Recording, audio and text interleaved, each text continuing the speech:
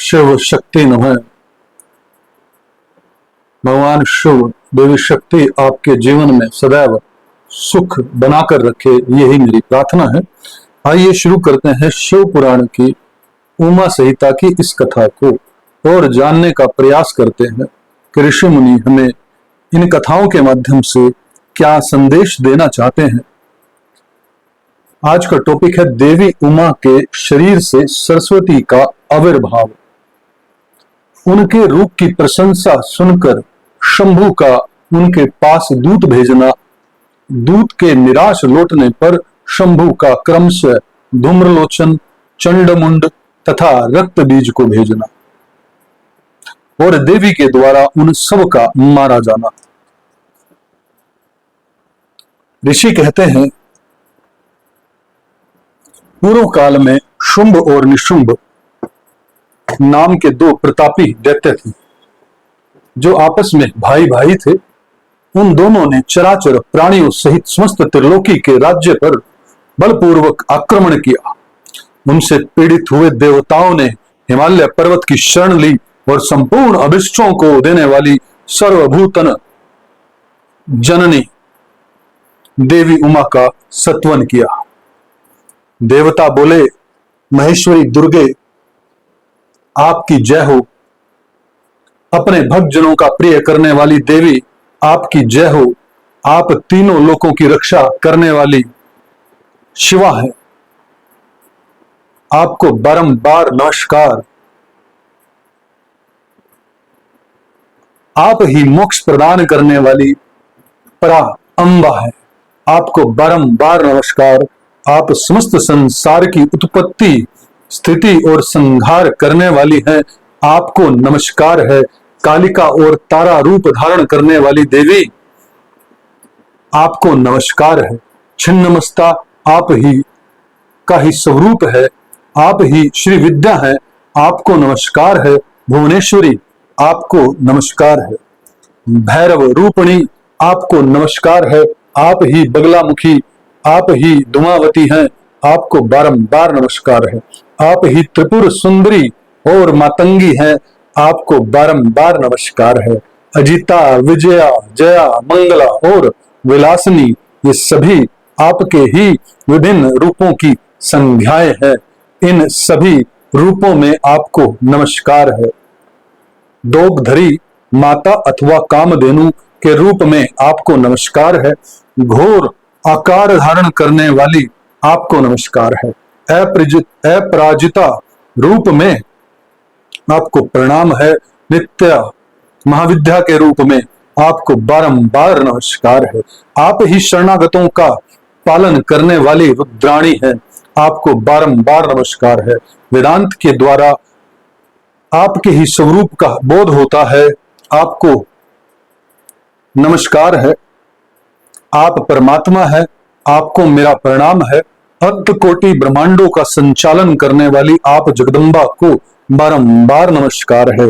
देवताओं के इस प्रकार स्तुति करने पर वरदायिनी एवं कल्याण रूपणी गौरी देवी बहुत प्रसन्न हुई। उन्होंने समस्त देवताओं से पूछा, आप लोग यहाँ किसकी स्तुति करते हैं?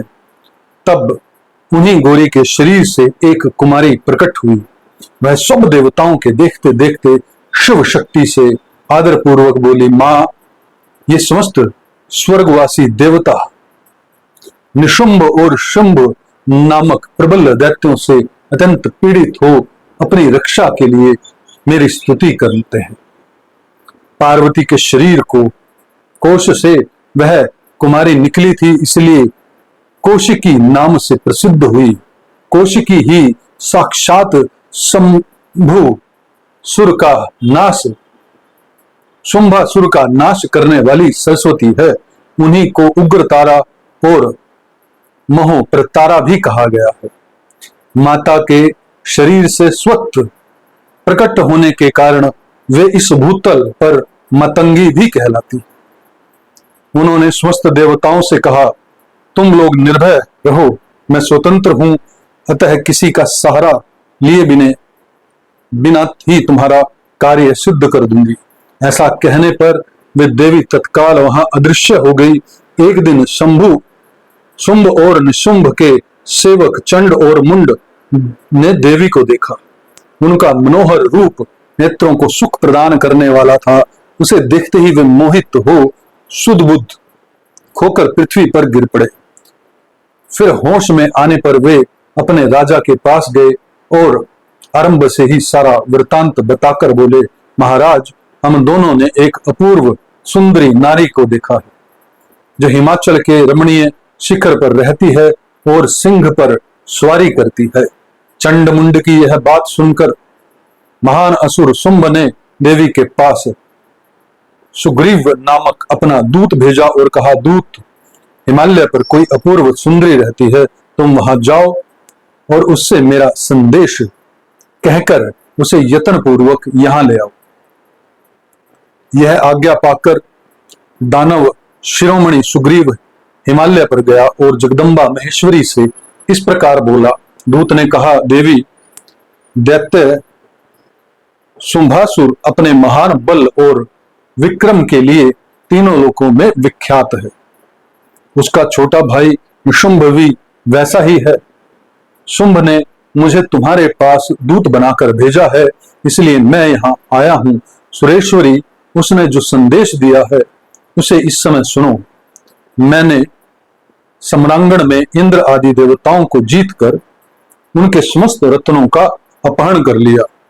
यज्ञ में देवता आदि के दिए हुए देव भाग में मैं स्वयं ही उपभोग करता हूं।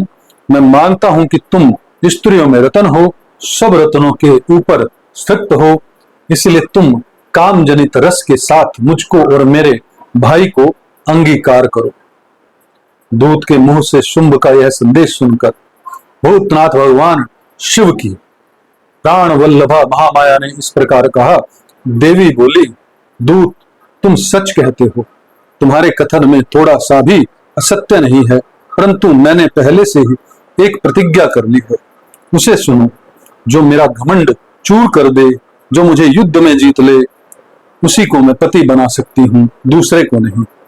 यह मेरी अटल प्रतिज्ञा है, इसलिए तुम शुंभ और निशुंभ को मेरी यह प्रतिज्ञा बता दो। फिर इस विषय में जैसा उचित हो वैसा वे करें। देवी की यह बात सुनकर दानव सुग्रीव लौट गया। वहां जाकर उसने विस्तार पूर्वक राजा को सब बातें बताई। दूत की बात सुनकर उग्र शासन करने वाला शुंभ कुपित हो उठा और बलवानों में श्रेष्ठ सेनापति धूम्राक्ष से बोला, धूम्राक्ष, हिमालय पर कोई सुंदरी रहती है, तुम शीघ्र वहां जाकर जैसे भी वह यहां आए उसी तरह उसे ले आओ। असुर प्रवर, उसे लाने में तुम्हें भय नहीं मानना चाहिए। यदि वह युद्ध करना चाहे तो तुम्हें प्रतन्न पूर्वक उसके साथ युद्ध भी करना चाहिए। शुंभ की ऐसी आज्ञा पाकर दैत्य धूम्रलोचन हिमालय पर गया और उमा के अंश से प्रकट हुई भगवती भुवनेश्वरी से कहा, नितंबनी, मेरे स्वामी के पास चलो, नहीं तो मैं तुम्हें मरवा डालूंगा। मेरे साथ 60,000 असुरों की सेना है। देवी बोली, वीर, तुम्हें दैत्यराज ने भेजा है, यदि मुझे मार ही डालोगे तो क्या करूंगी, परंतु युद्ध के बिना मेरा वहां जाना असंभव है, मेरी ऐसी ही मान्यता है। देवी के ऐसा कहने पर दानव धूम्रलोचन उन्हें पकड़ने के लिए दौड़ा, परंतु महेश्वरी ने हुम के उच्चारण मात्र से उसको भस्म कर दिया। तभी से देवी इस भूतल पर धूमावती कहलाने लगी। उनकी आराधना करने पर वे अपने भक्तों के शत्रुओं का संहार कर डालती है। धूम्राक्ष के मारे जाने पर अत्यंत कुपित हुए देवी के वाहन सिंह ने उसके साथ आए हुए समस्त असुर गुणों को चबा डाला। जो मरने से बचे वे भाग खड़े हुए। इस प्रकार देवी ने दैत्य धूम्रलोचन को मार डाला। इस समाचार को सुनकर प्रतापी शंभु ने बड़ा क्रोध किया।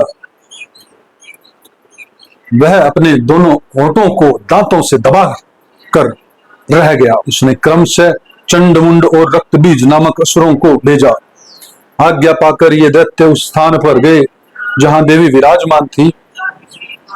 अणिमा आदि सिद्धि से सेवित और अपनी प्रभा से संपूर्ण दिशाओं को प्रकाशित करती हुई भगवती सिंह वाहिनी को देखकर वे श्रेष्ठ दानव वीर बोले, देवी तुम शीघ्र ही शुंभ और निशुंभ के पास चलो, अन्यथा तुम्हें गण और वाहन सहित मरवा डालेंगे। वह में शंभु को अपना पति बना ले, शुंभ को अपना पति बना ले। लोकपाल आदि भी उनकी स्तुति करते हैं। शुंभ को पति बना लेने पर तुम्हें उस महान आनंद की प्राप्ति होगी जो देवताओं के लिए भी दुर्लभ है।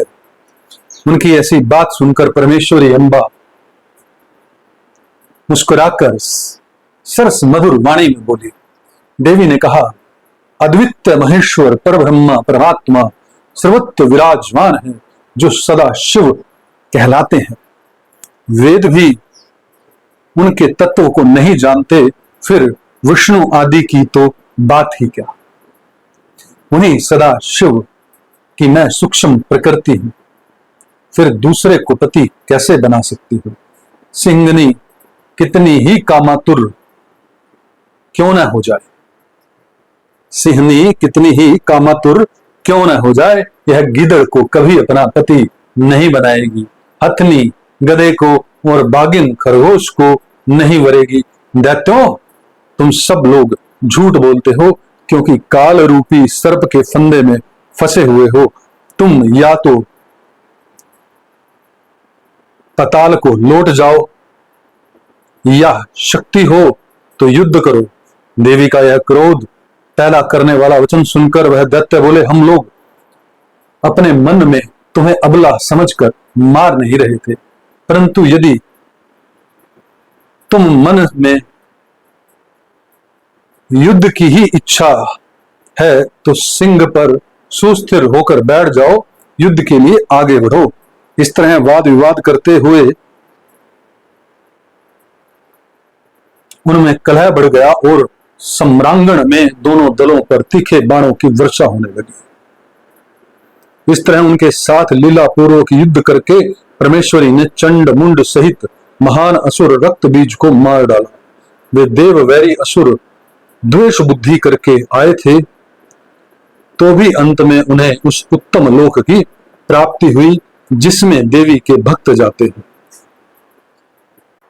भक्तजनों, यह कथा तो यहीं पर समाप्त होती है।